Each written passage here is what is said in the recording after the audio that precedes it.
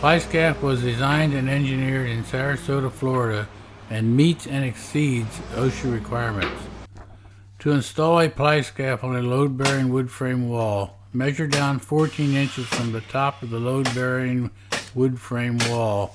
Install solid wood blocking between the studs in an 8-foot section of the wall and nail on two 2x4 by 8-foot studs. 2 on the top of the solid wood blocking and 1 on the inside and 1 on the outside, and 2 along the top plate, 1 on the inside and 1 on the outside. If the load-bearing wood frame wall is a 2x6, use 1x4s in place of 2x4s. The load-bearing wood frame wall needs to be securely fastened before installing the trusses and before installing the Plyscaf. Install the Plyscaf on the load-bearing wood frame wall and drive in wood shims between the Plyscaf and the load-bearing wood frame wall to make sure the Plyscaf is tight with the wall. Using 2 12-foot 2x4s, attach the load-bearing wood frame wall from the top plate to the floor using 4 16D nails on each end.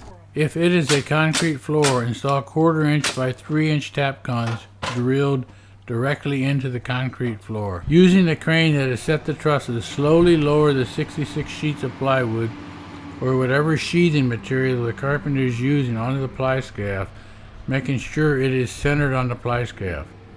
Drive 4 16D nails into the top of the plywood and wrap it securely with a tarp if the steel bands have been removed. Install the plywood on the roof, leaving out a 4-foot by 8-foot section around the Plyscaf.